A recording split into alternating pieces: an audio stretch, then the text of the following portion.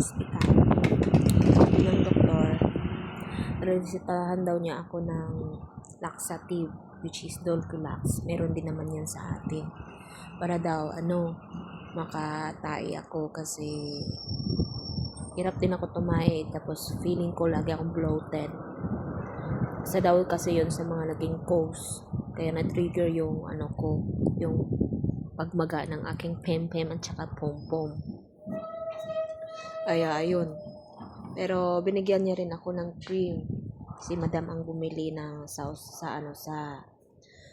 tawag karon sa pharmacist.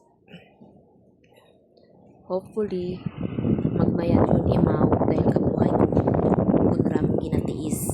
Almost 8 years man yun. But man gina siguro basta tawong tugubuhon. Ay gid siguro na effect. Tugubuhon. Ay. Pero mahagan-hagan mataon nimo ay dahil bago man kami umunta sa ospital ay paabot nga tong kahapon ako kay nagkupush yun dahil mo parang nagguwa timo sa anang sarili yata tapos security lang nabilin.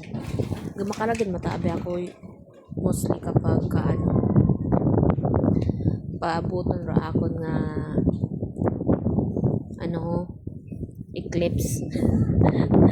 Tapos magtaas ra akong acid tapos bloated ay expect ko tarayon dun siguro hormonal changes man pero tao ang ape pero kinubaan ako kaina ay basi kong bulikato nandara ako nga arak kong pum-pum tsaka pem-pem tapos gaki pa biro doktor uy nakiting-ting tanan ako nga pem-pem tsaka pum-pum